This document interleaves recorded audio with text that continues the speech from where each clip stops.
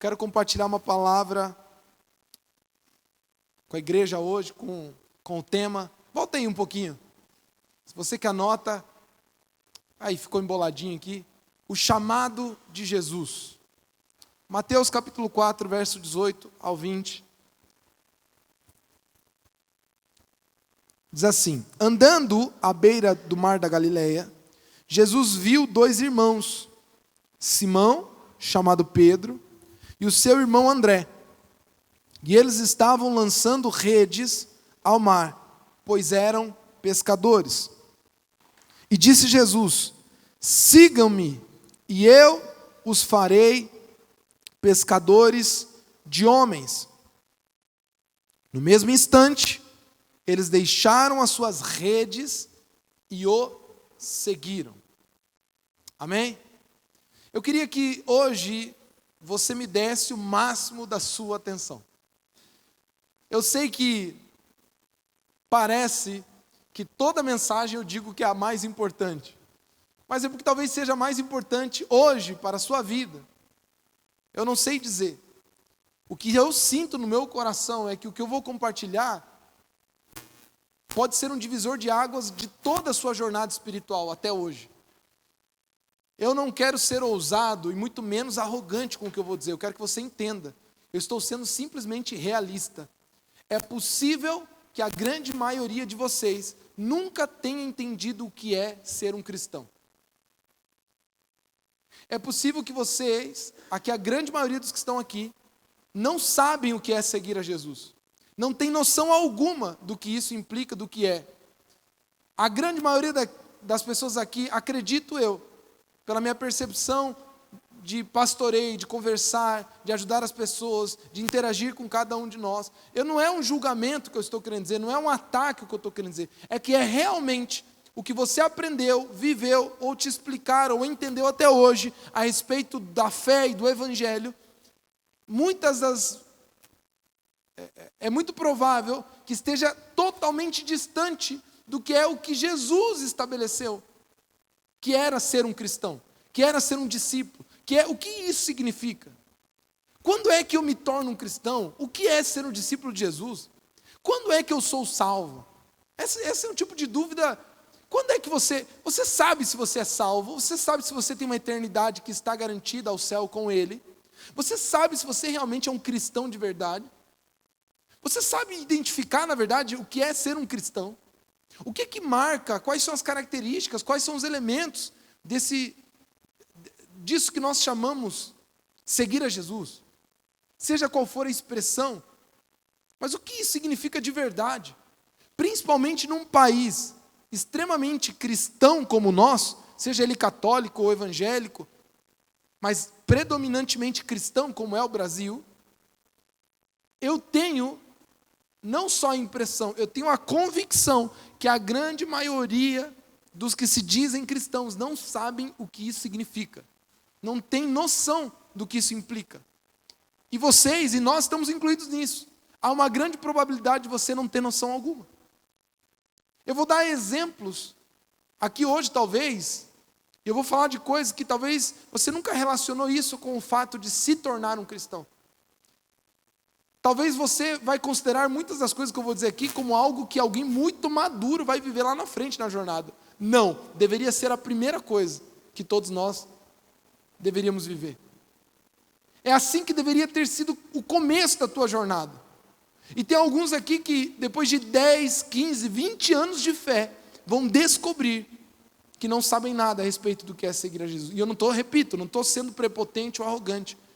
Eu estou sendo realista. Eu quero que você olhe para esse texto, porque talvez você nunca tinha entendido o que realmente aconteceu aqui. E aqui, nesse texto, nós vemos pelo menos 4 aspectos. Eu não sei se eu vou conseguir falar todos, vou falar alguns que nós pudermos aqui com o tempo. Mas tem algumas implicações do que significa o chamado que Jesus faz para a humanidade. O chamado que Jesus faz para esses discípulos é o símbolo, é a caracterização, é a expressão do chamado de Jesus a todos nós. O chamado que Jesus está fazendo a Simão, Pedro e André, aqui nesta passagem, iniciando o seu ministério, é o chamado de Jesus a toda a humanidade. É isso que ele faz a todo ser humano. É isso que Jesus, o Filho de Deus, o Messias, o Deus encarnado, o Deus que se fez carne, veio fazer à humanidade.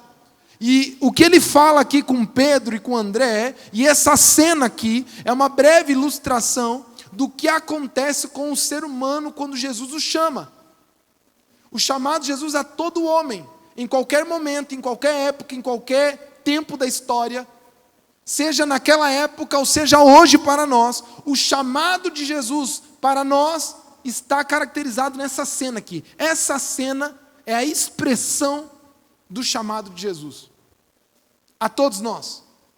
E a resposta que Pedro e André deram a Jesus é a expressão clara do que Jesus espera que nós façamos. Por isso que aqui nós temos a compreensão de como Jesus está se portando nesse chamado, que tipo de atitude ele tem, que tipo de postura, que tipo de intenção, o que ele deseja ao se encontrar com o homem, mas também tem uma cena clara de como o homem deve reagir a esse encontro. Todo mundo está me entendendo aqui? Como é então, Rono? Vamos lá entender? Vamos lá. Pega o texto aí, abre 18, o verso 18, e diz assim: andando à beira do mar da Galileia, Jesus viu os dois irmãos, Simão, chamado Pedro, e o seu irmão André. Eles estavam lançando redes ao mar, pois eram pescadores. E se você ler, em seguida diz assim: e disse Jesus, sigam-me e eu os farei pescadores de homens. Ei, presta atenção. Eu não sei se você nota aqui, Jesus brinca, entre aspas, com a palavra pescadores. Ele pega a expressão pescadores e atribui ao convite espiritual que ele está fazendo àqueles homens. Ele pega a definição da profissão e da atividade que aqueles caras tinham para dizer o que é que ele iria fazer com eles. Escute, isso aqui é muito importante. A primeira coisa que nós precisamos entender sobre o chamado que Jesus nos faz é que o chamado afeta diretamente a nossa identidade. O chamado de Jesus implica uma transformação, um impacto na nossa identidade. Pastor, o que é a minha identidade? Identidade é a convicção que você tem sobre você mesmo. Identidade é o que nós poderíamos resumir quem você é. Só que quem você é muito relativo. Se eu perguntar, relativo que eu digo na tua mente. Se eu perguntar quem é você, você vai dizer, eu sou João, eu sou Maria. Não, quem é você? Se eu insistir, você não vai me falar somente o nome. Aí você vai dizer, não, eu sou o João. E aí dependendo da tua ordem hierárquica de valores inconscientes, você vai começar dizendo, eu sou o João, advogado, porque para você a tua profissão é muito importante. Às vezes tua família é importante, você fala, não, eu sou o João, marido da Maria, pai do Pedro e do André, porque a tua família é importante. Você começa a descrever tua identidade a respeito de quem você é dentro de um seio familiar. Você diz, não, eu sou fulano, marido e tal. Mas se isso não é... Aí você diz, eu sou João, empresário. Se a tua tradição familiar é importante, você vai ressaltar o teu sobrenome. Eu sou o João Filisbino. É doido. Da família Filisbino? É daqueles lá, os Filisbino. Isso é importante, hein, cara? Porque você acha que a tua identidade é isso. A tua história familiar, a tua tradição, o teu nome. Ou tua profissão, tua carreira. Alguns são mais...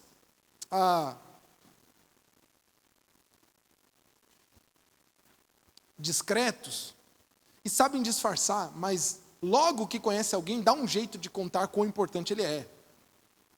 Porque a identidade dele normalmente está afirmada no que ele faz, nas suas conquistas, nas suas vitórias, em alguma coisa assim.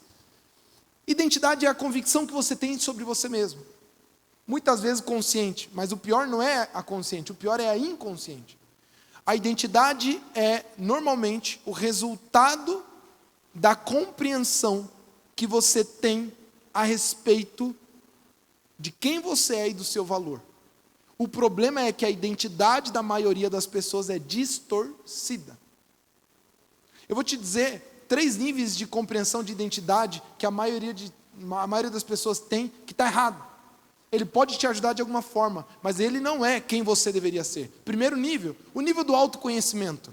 Se eu perguntar, quem é o Ronan, profundamente, aí eu vou falar, o Ronan, se eu for raso, eu vou dar expressões do meu temperamento. Eu vou falar, não, eu sou Ronan, eu sou melancólico, sou mais introspectivo, eu gosto de pensar, de refletir, gosto de artes, de música, a minha linguagem de amor é palavras e toque físico, eu sou mais desse jeito. Se eu for raso, que para alguns isso que eu estou falando é muito profundo. Nossa, linguagem do amor, temperamento, sim, sabe? Que são características temperamentais, comportamentais, sejam elas intrínsecas à tua natureza, ou sejam elas adquiridas na tua formação de personalidade. Isso ainda é raso. Esse nível de autoconhecimento que tanto tem sido exaltado no nosso tempo agora, porque realmente ajuda as pessoas a terem uma compreensão melhor. Por exemplo, quando você entende o teu temperamento, a tua linguagem de amor, você avança muito em entender por que se comporta de tal forma.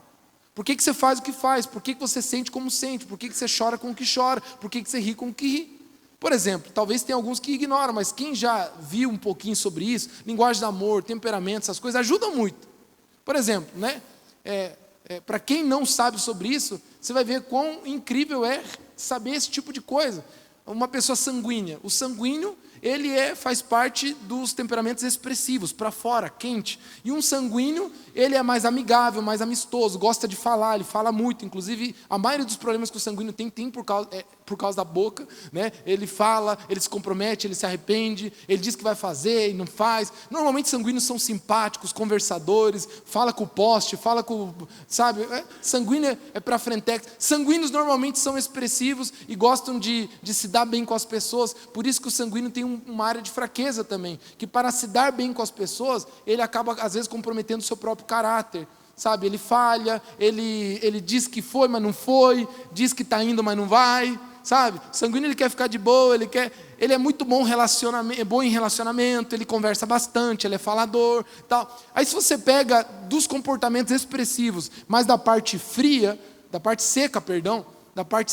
você vai ter o colérico. O colérico também ele é para fora, só que um colérico, ele é seco, ele perde a fluidez do sanguíneo, a maleabilidade do sanguíneo. Então, como ele é seco, o colérico ele é alguém que é duro com as pessoas, fala o que pensa. Normalmente são pessoas muito práticas, organizadas, realizadoras. Pontos positivos do colérico: dá uma tarefa para ele que ele vai fazer. Só que ele vai deixar sangue no meio do caminho. Esse é o colérico. Realizador, conquistador, prático. Sabe, confrontativo. Inclusive pais que não conhecem temperamentos dos filhos sofrem, porque às vezes você tem um filho colérico, e a melhor forma de educar um colérico não é mandando ele fazer, é fazendo ele querer fazer ou achando que ele está fazendo por causa dele, porque ele quer liderar, ele quer realizar, ele quer estar no controle. O colérico é esse que não tem paciência de trabalhar em grupo, ele faz sozinho. O colérico é aquele que você está no ministério, irmãos, vamos aqui no ministério da limpeza, aqui, vamos organizar. Enquanto a gente está orando, organizando, ele já está com a vassoura lá resolvendo. Vocês estão muito lentos, sabe? É o colérico. Os pontos negativos do colérico é a dificuldade de ser maleável, ele é rígido demais, é rígido com as pessoas. E aí eu poderia descrever. Aí nós temos os temperamentos na área fria, que é para baixo. Do lado seco nós temos os melancólicos. Por que seco? Seco da terra. Frio e seco. Melancólico. Igual a terra. É para dentro. O mundo interior dele é muito maior do que o mundo exterior. Ele pensa muito mais do que fala. Por isso que ele sofre tanto. Porque aqui ele tem todo um dilema. Então o melancólico, você passa perto dele, você não viu ele, ele fica pensando a semana inteira. Será que ele está bravo comigo? Será que ele... O que foi? Você manda um WhatsApp para o melancólico. O WhatsApp manda um melancólico. O melancólico manda um WhatsApp para alguém e essa pessoa não responde, ele fica pensando 1 milhão de coisas. Ai, meu Deus. Por isso que eu estou começando a discernir o temperamento dos irmãos da igreja, e tem alguns que eu vejo e mandou mensagem. Deixa eu dar um jeito de responder agora, porque se eu não responder, ele vai achar que Porque o melancólico sofre, cria histórias na sua própria cabeça, fica conjecturando as coisas. Tudo que você fala um pouco duro com ele, ele já sabe. Mas quais as virtudes do melancólico? São organizados, diligentes, são muito diligentes e disciplinados, gostam das coisas muito bem feitas. Normalmente têm uma sensibilidade artística muito boa. Normalmente são pessoas minuciosas. O melancólico é bom para receber tarefa no sentido de que vai ser feita bem feita. O problema é que você não sabe se vai ser feita, porque ele vai ficar preso naquilo aí, acho que não está bom o suficiente, não está bom o suficiente, não está bom o suficiente. Porque ele é nesse mundo. Aí você pega o fleumático. O fleumático é quase tipicamente o homem. Né? O homem, obviamente que tem homens de todos os temperamentos, mas aquele estereótipo de homem parado, sabe? Que o fleumático, ele é assim, ó, ele é frio porque ele não liga muito para as coisas. Tipo, ele não é muito sentimental, nem muito... Fleumático é o melhor tipo de pessoa para se relacionar no sentido não ter problema. Mas às vezes esse é o problema, que ele não reage. Não reage para a vida, não se posiciona, não resolve, não toma atitude. Ele fica lá. Normalmente fleumáticos não progridem muito. Ele arranja aquele empreguinho, tá bom, pagou, tá tudo resolvido. Se não tiver problema, melhor ainda. Acabou. Ele quer a vida boa. E eu falei isso para vocês aqui, alguns que não conhecem esse recurso de autoconhecimento, fica, uau, que incrível. Meu irmão, isso é o básico. É óbvio que depende de um conhecimento. Mas você não é o teu temperamento. Você não é o explosivo. Você não é o melancólico. Isso não pode definir tua identidade, apesar de muitos sustentarem a sua identidade nisso. Você não é o teu jeito. Você não pode ser picado por essa síndrome de Gabriela. Ah, eu nasci assim, cresci assim, vou morrer assim. Gabriela! Se não mexer, fica bom. Né? Do jeito que estava bom, não estava? Estava bom, estava bom. Aí tem um segundo nível. E aqui é que está o problema. Aqui que mora o problema. Na autoimagem. Sabe o que é autoimagem? Auto, si próprio. Fala assim, si próprio. Auto, imagem. Então, imagem é uma visão. É a imagem, é o que eu vejo de mim mesmo. O problema é que o homem nunca consegue se enxergar de verdade. A autoimagem, na maioria das vezes, quase 99%, a autoimagem ela é fruto do que você vê de um espelho da vida. A imagem que você tem de você é fruto do que um espelho te mostra. E sabe o que é o espelho? O espelho é a tua jornada de vida. Especialmente as pessoas que passaram pela tua vida. Por isso que a autoimagem, normalmente é a visão que você tem de você, fruto do que a vida te contou. Pensa na autoimagem como um espelho. Quando você olha para o espelho, você não está vendo a você, você está vendo uma projeção de você. Vocês estão ouvindo o que eu estou falando? Vou repetir. Quando você olha para o espelho, você não está olhando diretamente para você, você está vendo uma projeção de você. Essa projeção, no que diz respeito à nossa vida emocional, à nossa identidade, é normalmente as convicções que nós temos sobre nós, fruto do que a vida nos mostrou, através das experiências ou da boca das outras pessoas. Ó o drogado, ó o rejeitado, ó o que ninguém gosta, ó o pobre, ó o feio, ó o gordo, ó o baixo, ó o idiota, ó o burro.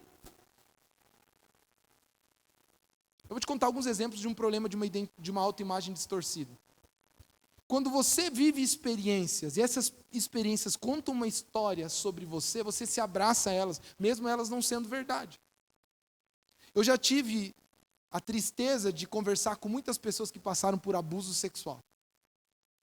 E toda pessoa que passou por algum tipo de experiência de abuso sexual, inevitavelmente constrói uma autoimagem baseada naquela experiência. Por quê? Porque não é qualquer experiência, é uma experiência que afeta as nossas janelas da alma de forma muito profunda. Visão, audição e sinestésico. A nossa experiência de mundo, que é construída através do que eu vejo e do que eu ouço e do que eu sinto, diante de uma experiência de abuso físico, é muito forte. Pense agora em alguém sendo estuprado, abusado sexualmente. É algo que impacta demais.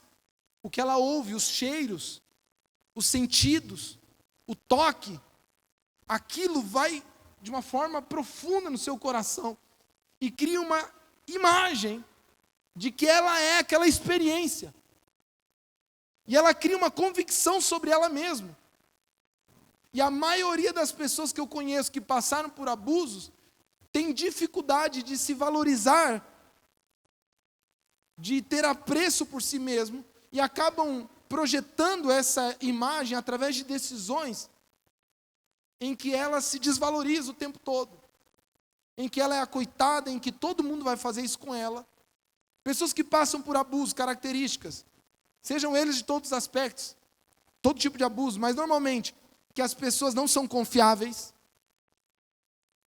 Vocês estão me ouvindo aqui? As pessoas não são confiáveis porque elas te abusam. Só que não é assim todo mundo, mas a tua experiência construiu isso sobre você. De que você não tem valor porque alguém te usou e te desprezou e te jogou no canto. E eu poderia aqui descrever um monte de coisas que afetam totalmente a visão que você tem de você. E essa visão norteia a tua vida. Porque quando você vai tomar decisões importantes na sua vida, você sempre vai partir de uma premissa. A premissa é a tua autoimagem. Por exemplo, vou casar. Depende. Quando você está diante de uma decisão importante como essa, toda a tua bagagem de identidade vai vir para fora. E todas as tuas experiências e a história que foi contada sobre você mesmo, para você, vai vir à tona. E aí você vai tomar decisões. O problema é que a maioria dessas decisões estão sendo baseadas sobre uma distorção da realidade. Porque você não é a tua autoimagem. Eu estou viajando demais, vocês estão me acompanhando? Estão me acompanhando? Sabe qual é o... Eu fico perguntando, por que o texto fez questão, por que Jesus fez questão de brincar com a expressão pescadores? Jesus estava querendo fazer questão de mostrar para Pedro e para André que o que eles pensavam ser até agora não tinha mais valor.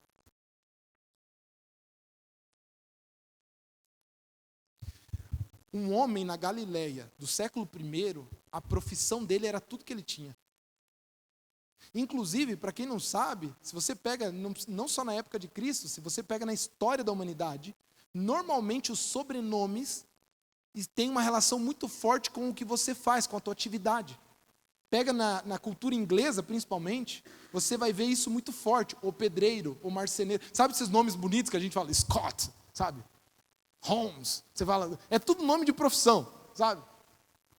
O pedreiro, marceneiro e tal. Porque a atividade profissional de uma pessoa naquela época era o seu maior valor, definia quem ela era.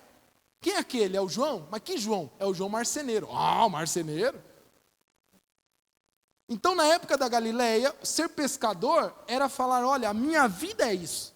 A minha família, a história familiar, o meu legado, o meu patrimônio, é quem eu sou, pescador. Aí vem Jesus e diz, olha, vocês, pescadores, vocês agora serão pescadores, mas de homens. Ele está falando da tua identidade até hoje vai sofrer um impacto. Porque aceitar o meu chamado é estar disposto a eu transformar, mexer e curar a tua distorção de identidade para a verdadeira identidade. Alguém está me ouvindo aqui? Quando nós somos chamados por Cristo, nós precisamos entender que esse chamado implica mexer com quem nós pensamos ser. Implica mexer com as convicções que nós temos sobre nós mesmos e jogar tudo isso no lixo. O chamado de Jesus não se importa com o que você pensa sobre você. E esse é um problema que Deus está me transformando e me curando. Inclusive, eu tenho ouvido de Deus uma cobrança. Ronan, não cai na armadilha, e é algo que eu caí. Dentro de um processo de ajuda pastoral a alguém, muitas vezes ficar preso, porque eu começo a conhecer a história da pessoa, e ela realmente tem vários problemas que levaram ela a uma identidade distorcida. E às vezes a gente fica empacado em tentar dar significado a essas experiências e a mexer na sua identidade ou justificar aqueles problemas e perdão e tudo mais. Eu sei que tudo isso é importante, mas se nós entendêssemos o Evangelho de verdade, você entenderia que a partir do momento em que Jesus te chama, pouco importa o que aconteceu com você. Vocês estão entendendo o que eu quero dizer? Pouco importa se você é colérico, que se dane, isso aí não importa para Deus. Entenda que você está sendo chamado agora à mansidão. Pouco importa que você foi abusado, eu não estou te abusando, eu estou te chamando para uma nova vida, é isso que Jesus está falando. Mas é que, pouco importa a visão que você tem sobre você da vida inteira. Eu estou te chamando para dar um novo significado à vida, através de uma imagem de verdade, que é a imagem que Deus tem sobre nós. O chamado de Jesus implica mexer com aquilo que você até gosta da tua identidade. O rico, o forte, o resolvedor. Tem gente que tem características pessoais que ama. Esse aqui, às vezes as pessoas conversam comigo e falam, não, pastor, não é porque eu sempre fui assim. Às vezes em coisas positivas, não, porque eu sempre fui a pessoa que acolhe todo mundo. Sério? Nossa, que generoso que você é. Sabe? E a gente tem o prazer de se escorar em convicções. A pergunta que eu quero te dizer, o que é que Deus está te chamando para ser? Isso é o que importa. Inclusive, eu te convido hoje a refletir o quanto você tem se escorado numa autoimagem distorcida, numa identidade distorcida. O chamado de Jesus implica mexer com tudo isso que você pensa sobre você mesmo. Não importa se é justificável, se é verdadeiro, se tem motivo, se tem história e se foi real. Importa é que o que Jesus está te chamando para viver é além disso, é apesar disso. Alguém está me ouvindo aqui? Deus está querendo transformar identidades aqui hoje, restaurar identidades, mexer com quem você pensava ser, para viver aquilo que Deus te chamou para ser. E Ele diz, olha, venham, sigam-me, e eu os farei pescadores de homens. A segunda coisa que o chamado implica, é que o chamado de Jesus dá sentido à tua vida. Dá um significado e um propósito real e consistente. Quando Jesus diz, olha, farei de vocês pescadores de homens, Ele está dizendo, a partir de hoje, a vida de vocês será mais do que viver para um trabalho. Mais do que viver para uma atividade, ou sustentar-se naquilo que faz. Eu estou dando um sentido agora. Eu estou dando um significado real, consistente. A ausência de propósito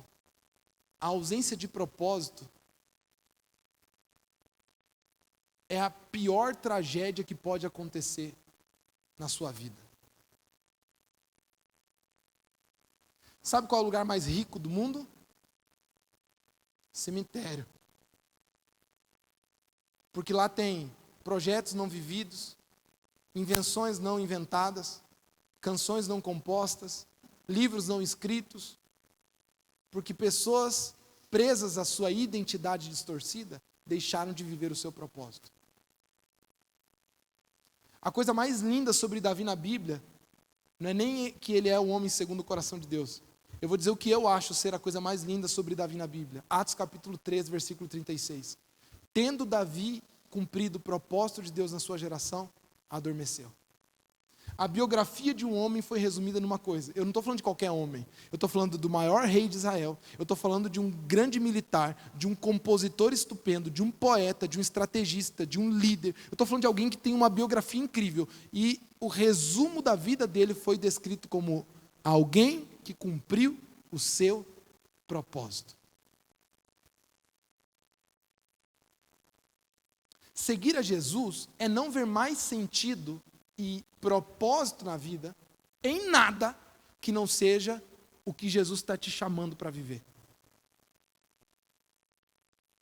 E você não está pronto para ser discípulo enquanto não que estiver disposto a fazer do que Jesus te chamou para fazer, o seu propósito. Aí eu preciso te dar uma notícia. Nessa equação não cabe um relacionamento espiritual onde essa relação se baseia em encontrar em Jesus alívio para sua dor, conquistas materiais, ganhar mais dinheiro, até mesmo alvos nobres. Não, eu estou indo buscar a Deus para restaurar a minha família. Enquanto você vai ver que no chamado ao discipulado tem texto em que Jesus diz, olha, se vocês não estiverem dispostos a largar a sua família por amor a mim, vocês não são dignos de ser meus discípulos. Tem alguma coisa errada que a gente não aprendeu até hoje. Vocês concordam comigo? Não é porque é bonito que é de Deus, tá? Não é porque é bonito que é bíblico, tá? Eu estou buscando a Deus para restaurar minha família. E se buscar a Deus vai implicar mais problema para a sua família? Você está disposto a tomar essa decisão?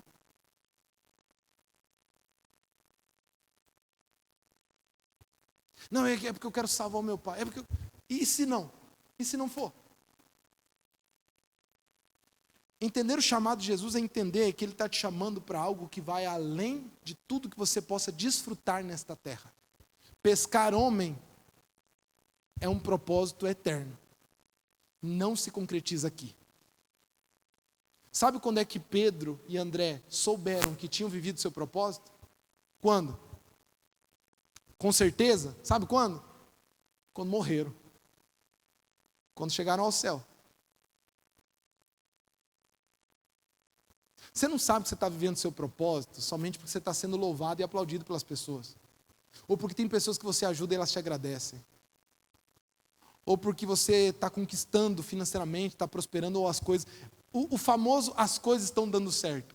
Sabe aqueles que julgam que a coisa é de Deus porque as coisas estão dando certo? Meu irmão, tem muita coisa de Deus que vai dar errado. Deu errado para José o tempo todo. E aquilo era de Deus. A maioria, se não todos, os grandes santos da história e os apóstolos de Jesus morreram pobres, perseguidos, miseráveis e abandonados. Você está pronto para viver o seu propósito? O problema é que o evangelho se misturou com uma coisa que não é o evangelho. E te fizeram acreditar que seguir a Jesus implica também numa vida extremamente vitoriosa nessa terra. Pode ser que não. Ao contrário, eu vejo muito mais a possibilidade de dar ruim nos padrões dessa terra. Vai dar ruim. Que mensagem ruim hoje, né, gente? Poxa, até eu estou com vontade de ir embora desse culto aqui. Meu Deus. Só que a gente precisa decidir que evangelho a gente vai seguir nessa igreja. Se é o de Jesus ou é o teu, o dos homens. Talvez não vai ser muito amigável, talvez não é muito... A mensagem não foi boa hoje, que não deu para dar uns glória. Que bom, meu irmão, eu queria que você chorasse hoje de angústia, de vontade de dizer, caramba, ou me muda, Senhor, eu não tem jeito. Seguir a Jesus implica estar disposto a ter um impacto tremendo na sua identidade, a ressignificar um novo propósito que não tem a ver com nada nessa terra. Mas terceiro, com renúncia total da sua própria vida e vontade. A Bíblia diz que ouvindo eles isso, o que eles fizeram?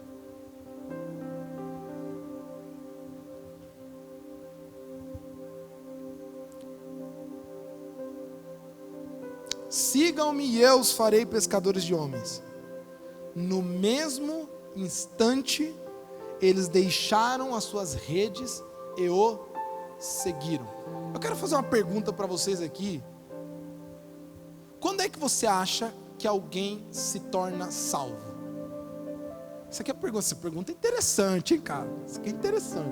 Quando você acha que alguém se torna salvo? Vamos lá, vamos chutar aqui. O que vocês acham?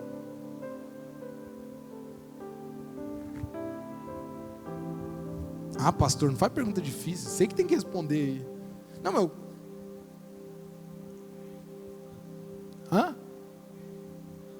quando crer de todo o coração, tem um texto que diz, olha, se com teu coração creres, com tua boca confessares, serás salvo. Mas só tem um versículo que diz isso na Bíblia, só. Todo o Novo Testamento não faz questão de enfatizar uma oração, ou um momento, para que você se torne um cristão.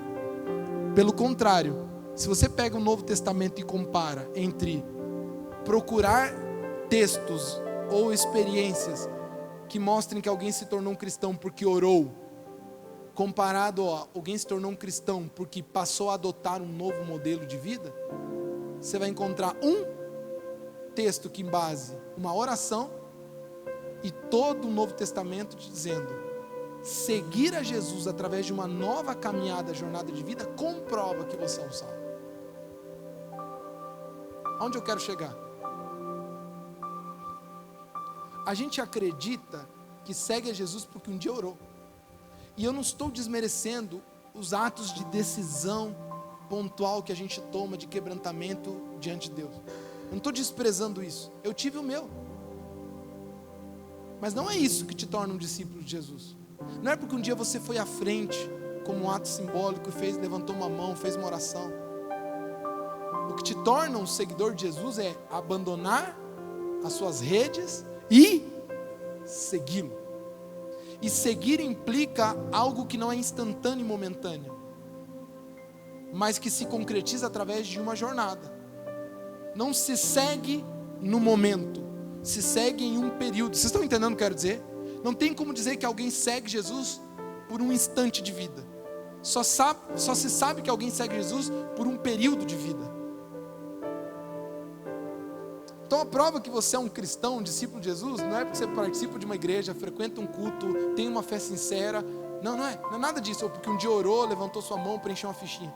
O que prova que você é um discípulo de Jesus, ou que te garante isso, é que você tem caminhado segundo o chamado que Jesus tem feito, de renúncia completa da sua própria vida, para abraçar a vida que Ele te dá.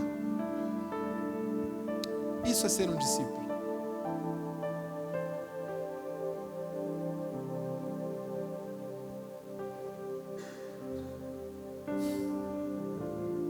Será que a gente está pronto para isso? Aí alguém procurou: Jesus, eu quero te seguir. Ele diz: beleza, vem. Não, só um minuto. É que tem um velório que está. Na verdade, assim, não é um velório. Meu pai está meio velho. Deixa eu esperar o meu pai morrer, sabe? Porque sabe como é que é na cultura judaica, Senhor? Seria uma desonra. Deixa o meu pai concluir a sua vida, o seu período de vida. A gente tem o velório. Jesus falou: não. Deixa que os mortos enterrem seus próprios mortos. Vem você e siga, me abandona tudo. Mas que dureza, que desrespeito. Aí vem outro e diz: Jesus, eu quero te seguir, mas deixa só eu me despedir da minha família. Vem, segue-me, esquece tudo. Será que a gente leu a mesma Bíblia, gente? Ou é o tipo de texto que a gente faz questão de não olhar para ele, ou dar um sentido hipotético e hiperbólico? A gente fala: não, Jesus está querendo dizer que você tem que abandonar as coisas só no seu coração. A gente gosta de inventar essas paradas, né? Não é? Não tem que abandonar. Tem vezes que você vai ter que abandonar literalmente. Às vezes você vai ter que criar rupturas. Às vezes você vai ter que mudar literalmente uma expressão de comportamento. Fazia assim, não faz mais, faz de outro jeito. Se comportava de um jeito, agora se comporta de outro. E eu sei que é o tipo de evangelho que parece ser legalista. Muito pelo contrário, meu irmão. Ninguém aqui, Jesus nunca cobrou comportamento das pessoas. Ele o convidou a segui-lo. E seguir significa adotar um novo estilo de vida que olha para uma referência e o acompanha, e o modela e faz igual ele. Vocês estão entendendo? Isso é ser um discípulo. E esse é o chamado de Jesus para nós. Jesus não te chamou para orar, simplesmente levantar sua mão. Jesus não te chamou para cantar músicas, louvores ou trocar a tua playlist. Jesus não te chamou para ser alguém que agora incluiu a leitura da Bíblia na sua rotina. Jesus te chamou para ser discípulo. E seguir a Jesus implica morrer para si mesmo, tomar a sua cruz, abandonar a sua velha identidade, seus próprios propósitos, as suas próprias convicções, por amor a Ele, mesmo que seja para morrer. Isso é ser um discípulo. Esse é o chamado de Jesus para nós hoje. E talvez alguns de vocês aqui tenham vivido uma vida cristã apática, exatamente porque têm vivido uma vida cristã baseada em si mesmo, nas suas próprias vontades, desejos, convicções, nos seus próprios achismos. Deus está te chamando para segui-lo. Jesus está te chamando para ser discípulo, para viver como Ele viveu, para andar como Ele andou, para se comportar como Ele se comportou, para amar como Ele amou. Isso é ser um discípulo de Jesus. Esse é o chamado para nós hoje. Não é sobre uma igreja, não é sobre preencher uma fichinha. Meu irmão, como eu gostaria que vocês entendessem que Jesus nunca criou uma denominação religiosa. Jesus nunca criou uma igreja, Ele chamou pessoas para segui-lo. Jesus nunca fez um apelo de levantar de mãos. Não que isso é proibido, não estou querendo. Eu só não quero que você se escore de que você é um discípulo, que você um dia fez isso e nada mais importa. Não, tudo o resto importa. Na verdade, o que mais importa mesmo é o resto, que é como você vive, como se comporta, como é a sua vida, para onde você olha, quais são os seus anseios, quais são as suas paixões, quais são os seus medos, quais são as suas convicções. Isso determina se você é um discípulo. O que é que te move? O que é que te angustia? O que é que te tira do sério? Se o que te angustia, te tira do sério, te deixa nervoso, ainda tem a ver com o seu próprio ego, você não tem seguido a Jesus. Você tem seguido a você mesmo, a uma própria religião, a religião do eu mesmo, a religião do meu amor, do amor a mim mesmo, a religião da minha história, da minha identidade, dos meus traumas. Inclusive, não use a tua dor para se tornar a sua religião. Tem gente que tem usado da sua dor para fazer o seu Deus, porque ora pela sua dor, chora pela sua dor, serve na igreja se não está doendo, e serve ou deixa de servir se está doendo, e se não está doendo, serve. Vai no culto se está bem, não vai no culto se não está bem.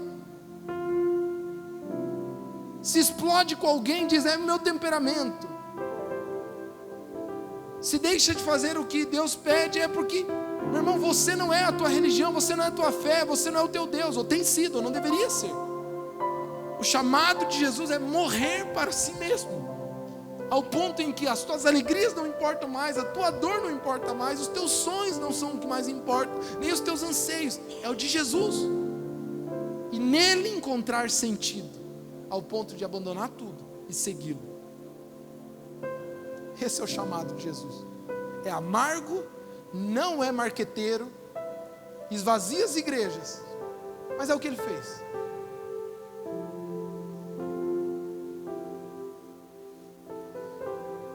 Eu queria te convidar a seguir a Jesus, estar disposto a uma jornada árdua, contínua e longa, de decisões duras, difíceis e de renúncia, porque agora existe algo que faz mais sentido na sua vida: Ele. Eu queria te convidar a ficar em pé.